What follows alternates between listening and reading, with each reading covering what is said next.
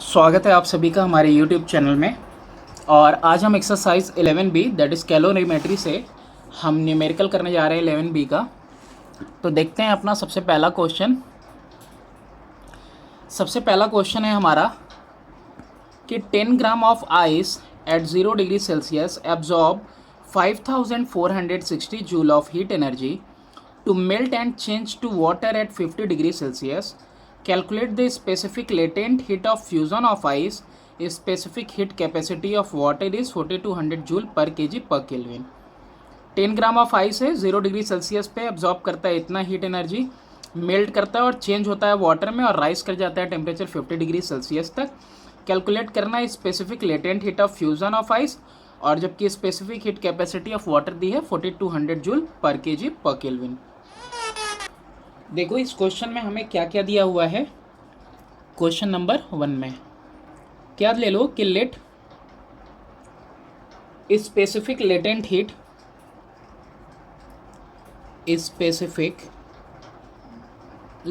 Heat be L.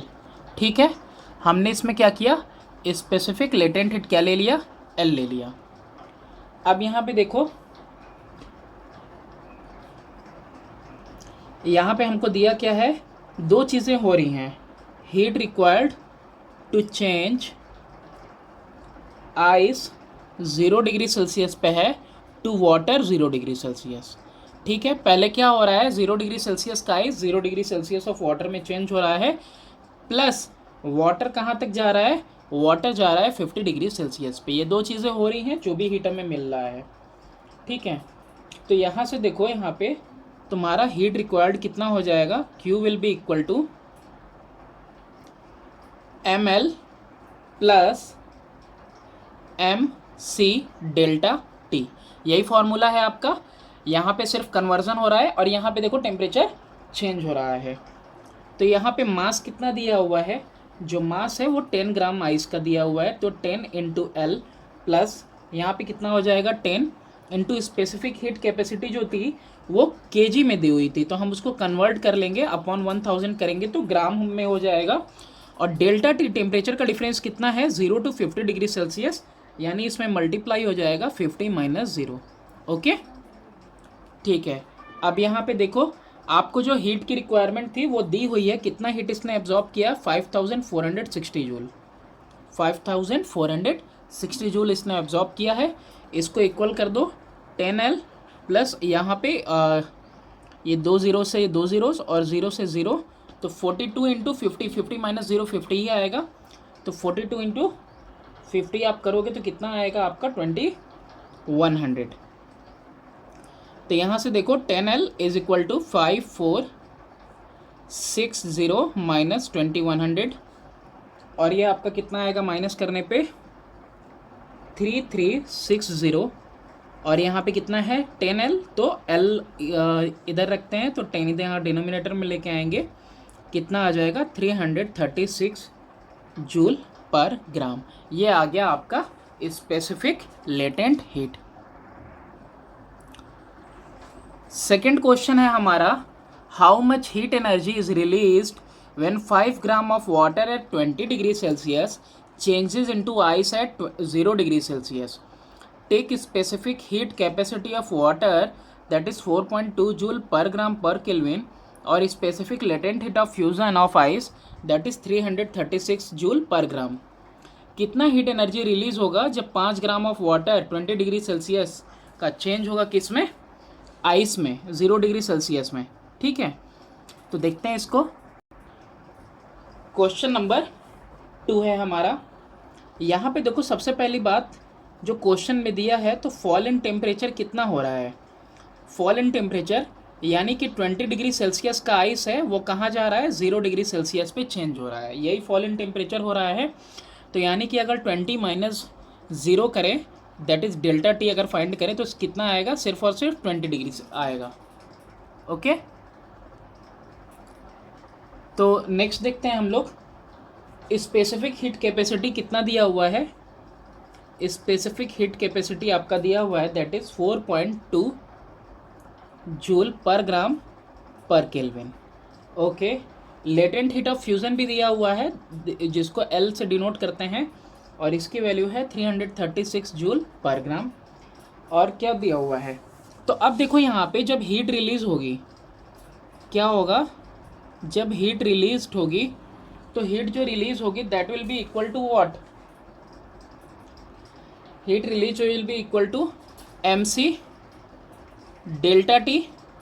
पहले तो जो है वाटर 0 डिग्री सेल्सियस पे आएगा, ध्यान से समझने की कोशिश करें, वाटर 20 से 0 डिग्री सेल्सियस पे आएगा। अब फिर जो है 0 डिग्री सेल्सियस का वाटर किस में चेंज हो जाएगा, आइस में चेंज हो जाएगा।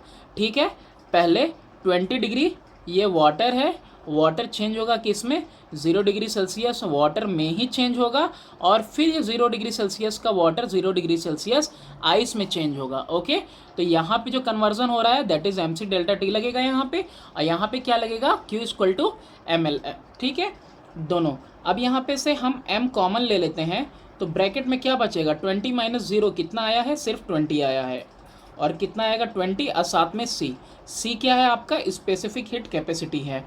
अब प्लस M कॉमन लेके बाहर ले लिया तो स्पेसिफिक लेटेंट हीट जो इज 336, ब्रैकेट में सिर्फ इतना ही बचेगा।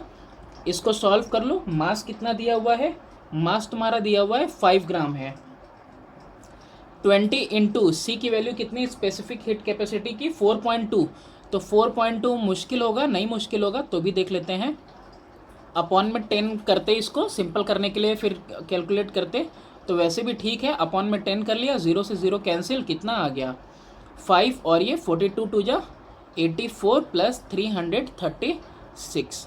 ठीक है, इन दोनों को ऐड करेंगे तो कितना आएगा आपका 5 इंटू 420 आ जाएगा, that is equal to 2100 joule. ठीक है, कितना हीट रिलीज होगा, 2100 जूल हीट रिलीज होगा। ठीक है, दोबारा से देख लेना कैसे हुआ है, पहले 0 डिग्री वो 20 डिग्री सेल्सियस का वाटर 0 डिग्री सेल्सियस आइस में, फिर 0 डिग्री सेल्सियस वाटर में, फिर 0 degree Celsius water 0 degree Celsius ice में। क्वेश्चन नंबर 3 है आपके पास, a molten metal of mass 150 gram is kept at its melting point 800 degree Celsius. When it is allowed to freeze at the same temperature, it gives out 75,000 joule of heat energy. तो what is the specific latent heat of the metal निकालना है, और next if the specific heat capacity of the metal is 200 joule per kg per Kelvin, how much additional heat energy will the metal will give out in cooling to -50 degree Celsius.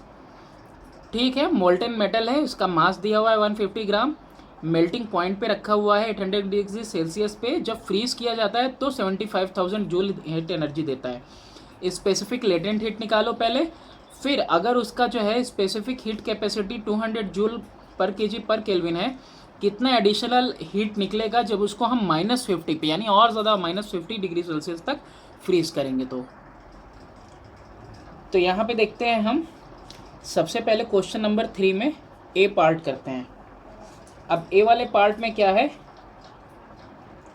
कि मान लो let L be the latent heat of fusion. ठीक, Q is equal to हमने क्या ले लिया, ML ले लिया, और ये इक्वल किसके है, 75,000 जूल के इक्वल है। तो आपको मालूम है कि मास कितना दिया हुआ है, 150 ग्राम का है, L आपको पता करना है, और ये वैल्यू कितनी है 75,000। इधर ही से 0 विल कैंसिल, 0 15 1 जा 15 5 जा, कितना आ गया 500। तो L की वैल्यू कितनी आ गई, यानी कि लेटेंट हीट की वैल्यू आ गई आपकी 500 जूल पर ग्राम। ओके, पहला आपका आंसर आ गया। अब इसका बी पार्ट हम लोग देखते हैं। बी पार्ट में देखो क्या होना है, बी वाले में कह रहा है स्पेसिफिक हीट कैपेसिटी मेटल की दी है 200 जूल पर केजी पर केल्विन।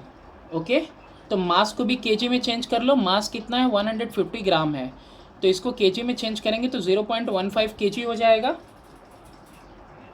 ओके, ठीक है, कन्वर्जन हो गया। या फिर आप इसको 150/1000 भी लिख सकते हो। ठीक है, जैसा आसान पड़ेगा वैसा हम करेंगे, या फिर 15/100, जैसे भी हमको ठीक पड़ेगा, वो कैलकुलेशन के ऊपर डिपेंड करता है। अब यहाँ पे देखो फॉल इन टेम्परेचर कितना कर रहे हैं, फॉल इन टेम्परेचर कितना हो रहा है। तो देखो सबसे पहली चीज़ तो 800 डिग्री सेल्सियस से कितना जा रहा है, 800 डिग्री सेल्सियस से जा रहा है ये -50 डिग्री सेल्सियस पे। ये चीज़ समझ में आ रही है, इतना चेंज हो रहा है। तो तो टेम्परेचर का चेंज कितना हुआ, 800 माइनस, और ये माइनस का 50, टेम्परेचर में चेंज हुआ टोटल 850 डिग्री सेल्सियस का। अब ये तुम्हारा वाटर तो है नहीं कि पहले बर्फ़ बनेगा फिर बर्फ़, और वो वाटर पहले ज़ीरो पे आएगा फिर जो है कि ज़ीरो पे बर्फ़ बनेगा। तो यहाँ पे डायरेक्टली हम लोगों ने क्या कर दिया, रिलेट कर दिया कि भाई कितना टेम्परेचर में डिफरेंस आ रहा है। तो 850 डिग्री सेल्सियस का डिफरेंस आ रहा है। तो आपको मालूम होना चाहिए कि हीट रिक्वायर्ड का फॉर्मूला क्या होता है, ऐसे में MC डेल्टा टी। ठीक है, यहाँ पे क्या है, heat required MC delta T लगाएंगे। तो M की वैल्यू 15/100 लेते हैं हम, C की वैल्यू ऑलरेडी गिवन है, और C की वैल्यू कितनी है 200 जूल पर kg पर केल्विन, और डेल्टा टी 850 हम लोगों ने कैलकुलेट कर रखी है। तो ज़ीरो विल कैंसिल ज़ीरो, कितना आ गया 15 टू या 30, 30 इंटू 850, 30 इंटू 850, तो 3 5 या 15 का 5, और फिर 3 8 या 24, और ये कितना हो जाएगा 25, कितना आ गया 25,500 जूल। इतना एनर्जी जो है रिलीज़ होगा। क्वेश्चन नंबर 4 है आपके पास, A solid metal of mass 150 gram melt at its melting point of 800 degrees Celsius by providing heat at the rate of 100 watt. The time taken for it to completely melt at the same temperature is 4 minutes. What is the specific latent heat of fusion of that metal? कि एक solid metal है 150 ग्राम का, melt करता है melting point में 800 degree Celsius पे। अब provide किया जा रहा है हीट, उसका रेट है 100 वाट का, टाइम लगा कम्प्लीटली मेल्ट करने में 4 minute. What is the specific latent heat of that fusion of that metal. Question number 4 देखते हैं हम। 4th क्वेश्चन में आपके पास मास कितना है 150 ग्राम है, यानी कि केजी में कन्वर्ट करें तो 0.15 केजी हो जाएगा। ठीक है, अब इसके अलावा दिया हुआ है रेट ऑफ हीट जो सप्लाई हो रही है that is equal to power, यानी कि कितना है 100 वाट का। अच्छा, टाइम टेकन कितना लगा है, time taken that is equal to 4 minute, और इसको सेकंड में कन्वर्ट करें तो 4 इंटू 60 यानी कि 240 सेकेंड्स लगे। तो हीट सप्लाइड का फॉर्मूला क्या होता है, हीट का फॉर्मूला होता है पावर इंटू टाइम। तो यहाँ से पावर कितना है 100 वाट का, टाइम कितना लगा 240 का। तो ये जो आएगा आपका पावर, ये आपका, अरे ये जो हीट आएगी आपकी पावर और टाइम को मल्टीप्लाई करके ये कितना आएगा, जूल में ही आएगा आपका, और ये आ जाएगा आपका 2.4 इंटू 10 पे पावर 4 जूल। ठीक है, 1 2 3 और यहाँ पे 2.4 तो 4। ठीक है, अब यहाँ पे आपको पता क्या करना था, specific latent heat of fusion. तो specific latent heat of fusion कितना हो जाएगा, तो ये तुम्हारा कितना होता है, दैट इज हीट जितना लगा अपॉन में मास। ठीक है, क्योंकि आपको मालूम होना चाहिए कि Q इज इक्वल टू क्या होता है, ml होता है। तो L is equal to Q by M होता है। तो यहाँ H क्या है, H is nothing but that is equal to Q, यही H is equal to Q है ना, Q अपॉन में M हो गया। तो Q की वैल्यू कितनी आई 2.4 इंटू 10 पे पावर 4 आई अपॉन में 0.15 आई। ठीक है, तो ये कितनी बार में कटेगा, ये 1.6 ना, तो तुम्हारा कितना आ जाएगा 1.6, और ये 10 पे पावर 4 है। तो यहाँ पे डेसिमल कितना है, एक और 10 मल्टीप्लाई करेंगे यानी 240 कर देंगे, तब यहाँ पे सेम होगा 5। तो कितना आ जाएगा, 15 से कट जाएगा तो 1.6 इंटू 10 पे पावर 1 खाली बढ़ जाएगा, इतना जूल। आंसर कितना आया 10 पे पावर 1.6 इंटू 10 पे पावर 5 जूल। ये हुआ इसका specific latent heat of fusion. Next question है हमारा, a refrigerator convert 100 gram of water at 20 degree Celsius to ice at -10 degree Celsius in 73.5 minute. Refrigerator convert करता है 100 ग्राम ऑफ वाटर को जो कि 20 डिग्री सेल्सियस पे है, और वो आइस में कन्वर्ट करता है, वो भी माइनस में 10 डिग्री सेल्सियस पे, और टाइम कितना लिया 73.5 मिनट। आपको क्या कैलकुलेट करना है इसमें, calculate the average rate of heat extraction in watt. Heat जिस हिसाब से जो है एक्सट्रैक्ट किया जा रहा है उसको वाट में कन्वर्ट करके लिखना, आपको वाट में बताना है। स्पेसिफिक हीट कैपेसिटी वाटर की दी हुई है 4.2 जूल पर ग्राम पर kelvin. Specific latent heat of ice दी हुई है 336 जूल पर ग्राम, और स्पेसिफिक हीट कैपेसिटी आइस की दी हुई है 2.1 जूल पर ग्राम पर केल्विन। यहाँ से देखो क्वेश्चन में, क्वेश्चन नंबर 5 में आपके, तो जो मास है वाटर का, mass of water that is equal to 100 gram, ठीक है। उसके बाद specific heat capacity of water कितना दिया हुआ है 4.2 जूल पर ग्राम पर केल्विन, ठीक। इसके अलावा और क्या दिया हुआ है, स्पेसिफिक लेटेंट हीट किसका, आइस का, कितना दिया हुआ है, that is equal to 336 joule पर ग्राम, ओके। तो यहाँ से देखो जो टोटल हीट रिक्वायर्ड है वो कितना होगा, टोटल हीट रिक्वायर्ड कितना होगा तुम्हारा, उसके लिए सबसे पहले आपको क्या बनाना होगा, यहाँ पे थोड़ा सा समझना होगा। यहाँ पे आपका सबसे पहले बात कि 20 डिग्री सेल्सियस वाटर जो है वो चेंज होगा 0 डिग्री सेल्सियस वाटर में, ठीक, पहला स्टेप। फिर 0 डिग्री सेल्सियस वाटर जो है 0 डिग्री सेल्सियस आइस में कन्वर्ट होगा, ठीक। फिर जो आइस है वो माइनस का 10 डिग्री सेल्सियस आइस में कन्वर्ट होगा। इतनी बात समझ में आई। 20 डिग्री सेल्सियस पे वाटर पहले 0 डिग्री सेल्सियस वाटर पे आएगा, फिर 0 डिग्री सेल्सियस का वाटर 0 डिग्री सेल्सियस आइस पे आएगा, फिर आइस को और फ्रीज करना है यानी -10 डिग्री सेल्सियस पे आपका आइस आएगा।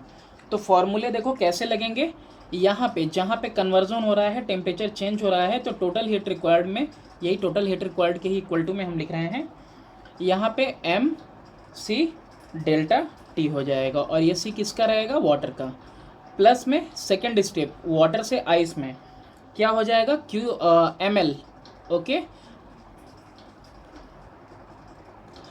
और फिर उसके बाद यहाँ थर्ड वाले में कितना हो जाएगा, आइस कन्वर्ट हो रहा है, तो यहाँ पे अगेन क्या हो जाएगा तुम्हारा MC डेल्टा T हो जाएगा, ठीक है।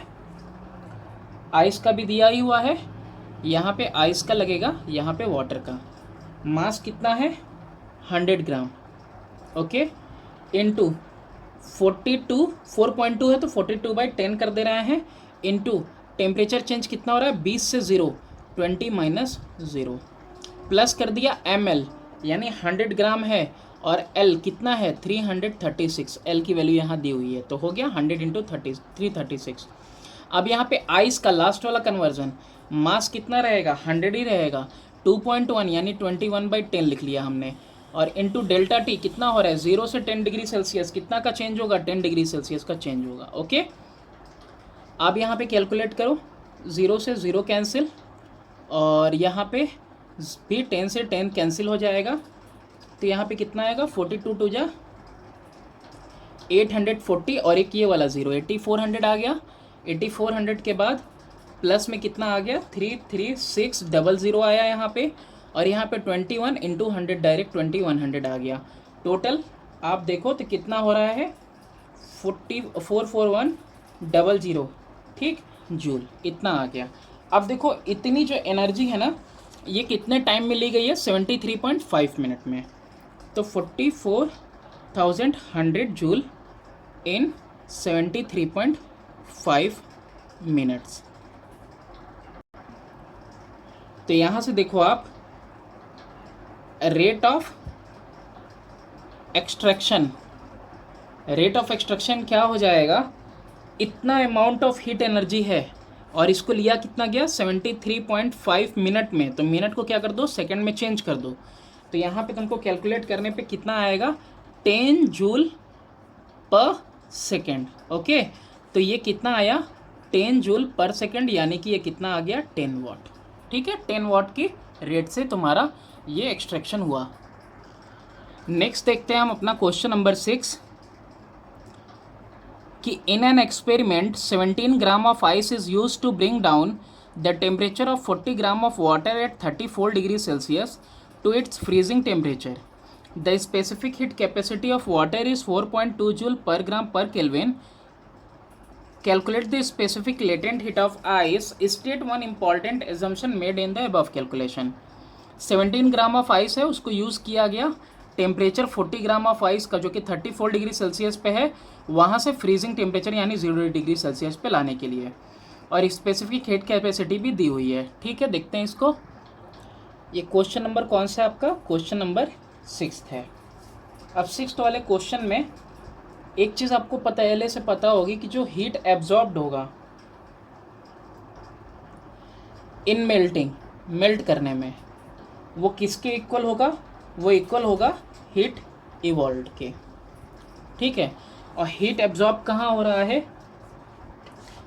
आइस जो हो रही है एट 0 डिग्री सेल्सियस, वो कन्वर्ट हो रहा है to water at 0 degree Celsius. ठीक है, और यहाँ पे जो हीट इवॉल्व हो रही है, कहाँ इवॉल्व हो रही है? In cooling from 34 degree Celsius to 0 degree Celsius water.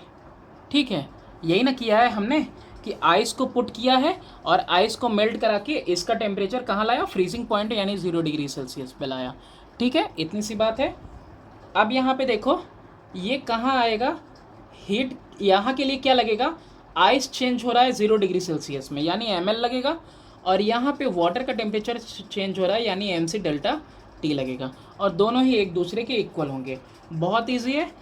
17 ग्राम है, L की वैल्यू निकालनी है. मास वाटर का कितना है? 40 ग्राम है. स्पेसिफिक हीट कैपेसिटी 4.2 यानी 42/10 लिख रहे हैं. ठीक है, इसको ध्यान देना कैलकुलेशन के लिहाज से. इनटू टेम्परेचर का चेंज 34 माइनस ज़ीरो. ओके, तो 0 से 0 यहाँ कैंसिल हो गया, तो L is equal to 42 into 4 into 34 upon में कितना आएगा? 17. तो 17 1 जा, 17 2 जा, 2 4 जा 8 इंटू 42, तो 8 2 जा 16, और ये 8 4 जा 32, 4 36, कितना आ जाएगा आपका? 336 जूल पर ग्राम. ये आ जाएगा आपका specific latent heat of ice. और एजम्पशन क्या बनाया? एजम्पशन ये कि जो मतलब टोटल का total, no loss of energy, बस यही, कोई भी लॉस नहीं हुआ एनर्जी का. क्वेश्चन नंबर 7 है, the temperature of 170 gram of water at 50 degree Celsius is lowered to 5 degree Celsius. 170 gram of water है, उसका टेम्परेचर 50 से हम 5 डिग्री सेल्सियस पे ला दिए by adding certain amount of ice. कुछ सर्टेन अमाउंट ऑफ आइस हमने डाला. आगे कह रहा है find the mass of ice added. Given है कि स्पेसिफिक हीट कैपेसिटी वाटर की 4200 है और specific latent heat of ice कितनी है? 33 कितना है? 3,36,000 है. ठीक है, क्वेश्चन नंबर 7 देखिए आप. अब यहाँ पे जो मास है वाटर का वो कितना है? 170 ग्राम है, that is equal to 0.17 kg. इसके अलावा टेम्परेचर कितना है? पहला 50 डिग्री सेल्सियस है, और टेम्परेचर लाया कितना पे गया? 5 डिग्री सेल्सियस पे. ओके, इसके अलावा स्पेसिफिक हीट कैपेसिटी यानी कि C बोले तो कितना है? 4200, और यहाँ पे specific latent heat of ice कितना है? दैट इज इक्वल टू 336,000 है. ओके, तो यहाँ पे हमको क्या नहीं पता है? मास ऑफ आइस की कितना आइस हमने ऐड किया है. तो let x be mass of ice added.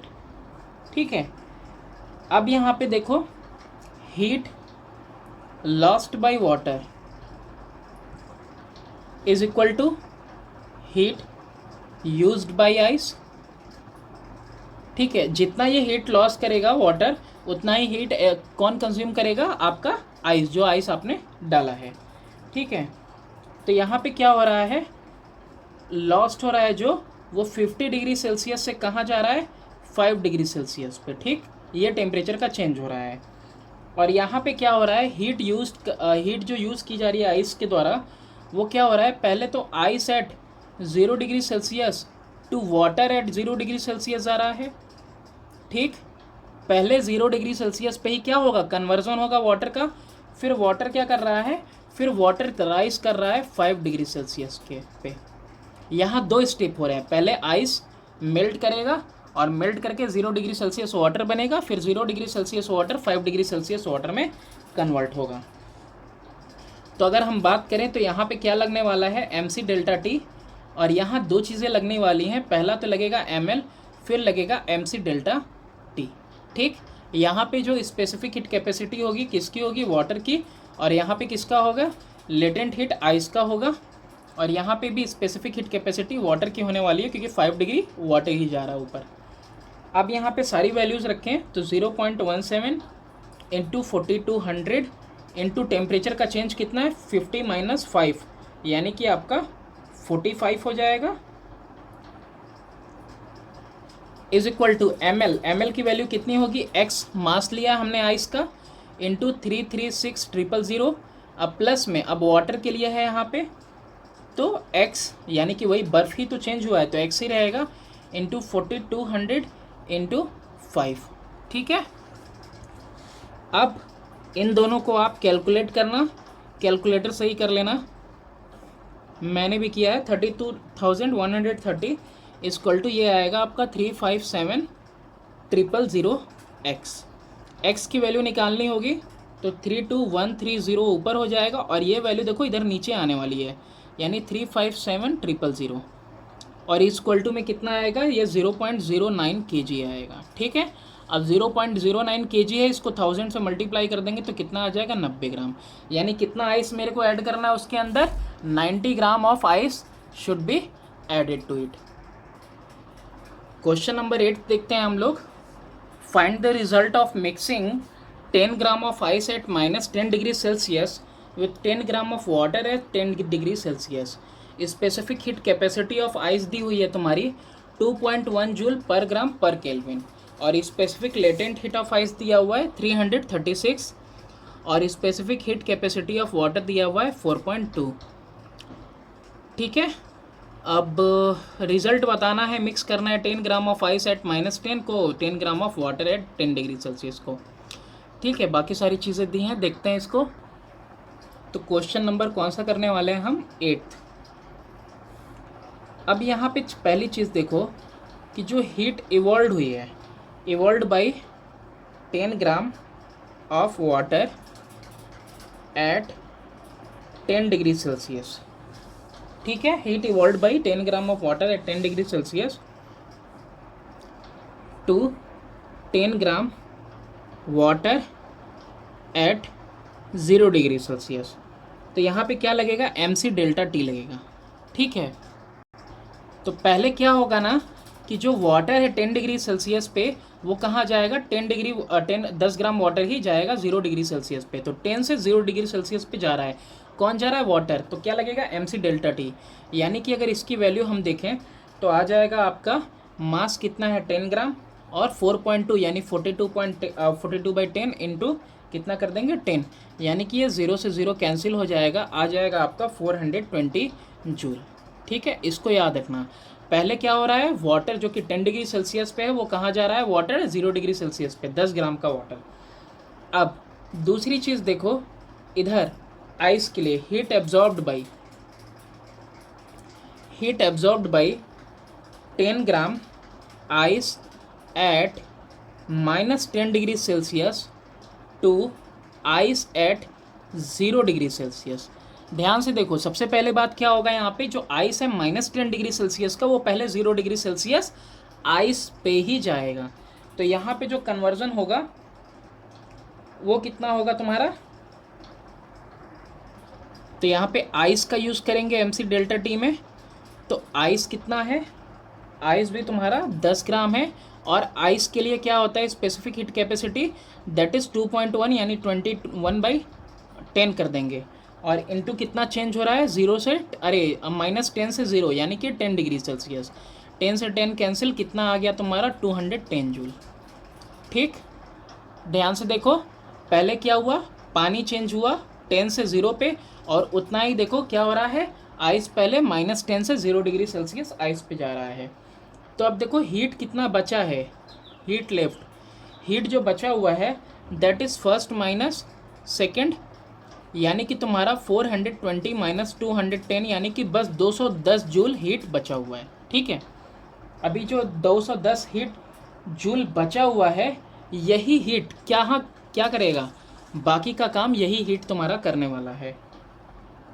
यानी कि this 210 joule is available, okay, to melt ice at 0 degree Celsius to water, okay, at 0 degree Celsius. अब ये जो 210 जूल बचा हुआ है ना हीट एनर्जी, यही अवेलेबल है मेल्ट करने के लिए तुम्हारे बर्फ़ को at 0 degree Celsius to water at 0 degree Celsius. तो तुमको क्या पता चल रहा है कि पूरा बर्फ़ नहीं पिघलेगा। ठीक है, तो therefore heat needed to melt 10 gram ice at 0 degree Celsius to 10 gram water at 0 degree Celsius. इसकी वैल्यू कितनी होनी चाहिए, ml। क्या होगा इसका, ml होगा, यानी कि मास कितना है 10 और 336 यानी कि 3360 जूल। तो आपको देखो एक चीज़ समझ में आ रही है कि 3360 joule can melt ice that is equal to 10 gram. अब इतना जूल जो आइस है, अरे इतना जूल एनर्जी मेल्ट कर सकता है 10 ग्राम आइस को। ठीक है, नेक्स्ट पेज पे फिर से लिख दे रहे हैं कि 3360 जूल कैन मेल्ट आइस, और आइस कितना रहेगा 10 ग्राम, तो 210 जूल एनर्जी रहेगा, तो कितना आइस मेल्ट होगा, तो 10 इंटू 210 अपॉन में 3360, यानी कि कितना आ जाएगा ये आपका 0.625 ग्राम। यानी कि सिर्फ इतना ही आइस उसमें से पिघलेगा, बाकी आइस रह जाएगा। ठीक है, एक बार फिर से ध्यान से समझ लो इस क्वेश्चन को। यहाँ पे जो हीट इवॉल्व हुआ, ठीक है, पानी के ठंडा होने से, वही हीट यहाँ पे बर्फ़ ने क्या किया, एब्जॉर्ब किया। ठीक है, जो पानी ने हीट दिया है वही यहाँ पे बर्फ़ ने क्या किया, आइस ने एब्जॉर्ब किया है। यानी कि 420 माइनस 210 यानी 210 जूल अभी भी हीट बचा हुआ है। किसका, इसका, जो वाटर से, वाटर जो है 10 डिग्री सेल्सियस से 0 डिग्री सेल्सियस पे होने में मतलब इवॉल्व किया है, तो 420 जूल इवॉल्व किया। आइस ने सिर्फ कितना लिया, 210 जूल, यानी 210 जूल अभी भी बचा हुआ है। तो ये 210 जूल क्या करेगा, जो आइस तुमने ऐड की है ना, और जो आइस 0 डिग्री सेल्सियस पे आ गई है, उस आइस को पिघलाएगा। लेकिन कितना पिघलाएगा, पूरी तरह से नहीं पिघलाएगा। कितना पिघलाएगा, कम पिघलाएगा, और that will be equal to 0.0625 gram. सिर्फ इतना ही आइस पिघलेगा और तुम्हारा 210 जूल एनर्जी पूरा कंज्यूम हो जाएगा। तो that's all for this video. मिलते हैं नेक्स्ट एक्सरसाइज, मिलते हैं नेक्स्ट वीडियो में विथ फर्दर क्वेश्चंस।